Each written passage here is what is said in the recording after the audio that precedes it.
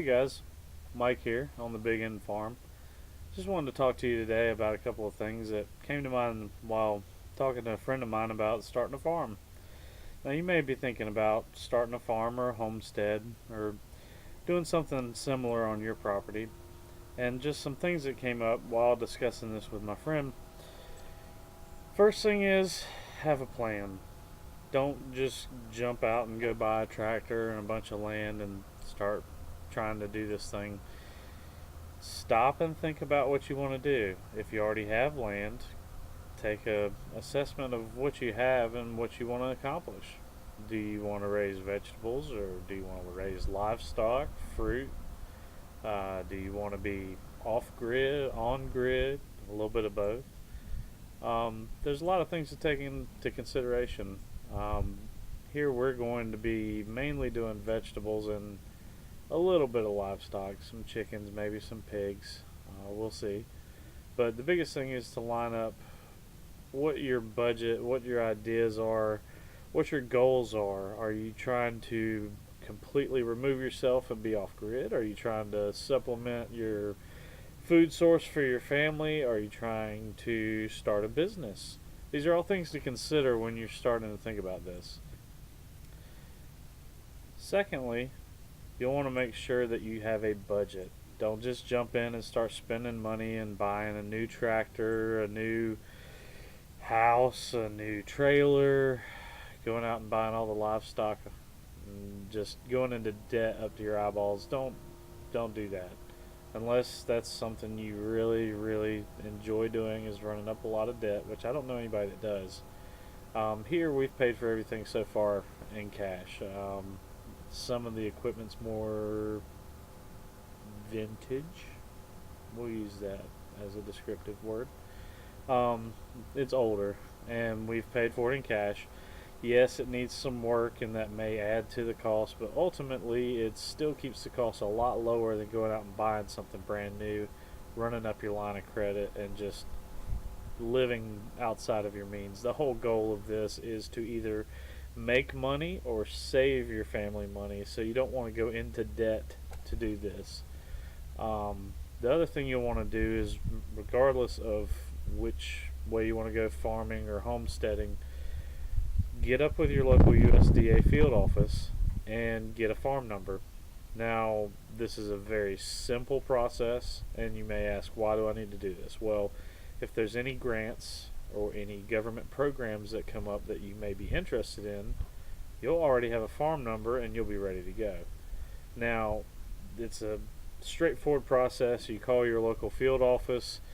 You can either go by, or I did it over the phone and via email, depending on what the resources are in your local field office. But basically, you have to establish that you do, in fact, own the land, and you fill out a form that is proof of ownership. And once that's done, they'll send you a satellite image PDF or form that shows the property line of your farm and what kind of field acreage you have and that sort of thing. But then you'll have a farm number so that if you want to apply for any of these loans, any grants, or any other programs, you'll already have a farm number and you'll be ready to go.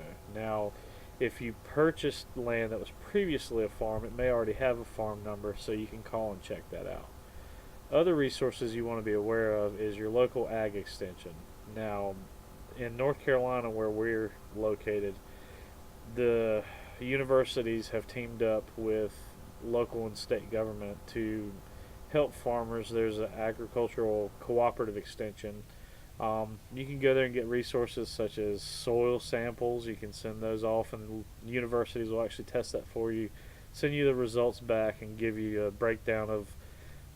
You select what kind of crops you want to grow, and they'll give you a breakdown of what kind of fertilizers you need and the soil content. You can also go there and get information about beekeeping, about vegetable gardens, how to build a greenhouse. They have a lot of resources and a lot of classes that are free for the most part. And if you have kids, they also have the 4-H program, which is great to get your kids into outdoors and environmental and agricultural things. So be aware of that. And again, make sure before you step out into this venture that you have something in mind where you want to go. Make sure you have a plan, make sure you have a budget, make sure that you kind of at least have a 1, 3, and 5 year goal. Maybe not an exact plan to get you there, but at least some goals. What I did is I went to Walmart and bought some composition notebooks when they were like a quarter a piece for back to school, and got a handful of them different colors. And one of them is the farm log. That's where I log all of my expenses. That's where I've put in my planning calendar for the next year.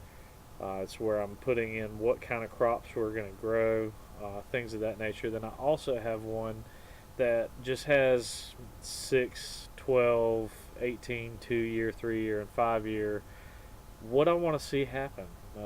Kind of just goals that I want to see, like for the next 6 months.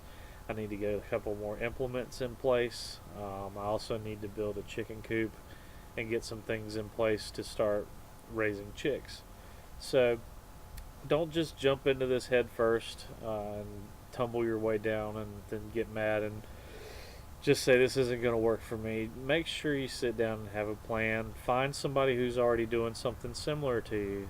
There's plenty of YouTube videos out there. There's also a lot of local resources. Go to your local farmers market. Talk to some of those folks. If you see a roadside fruit stand or vegetable stand, stop and talk to those folks. Most farmers and most people who are into this kind of life are very open about it, very friendly folks.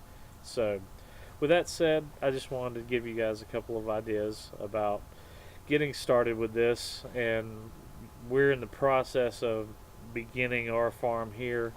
So that's one of the reasons why I started this YouTube channel, is for you guys to join us, to learn something, to learn from our mistakes, get some ideas, and maybe learn something and have some fun in the process. So thank you guys, take care, and we'll see you next time on the Big End Farm.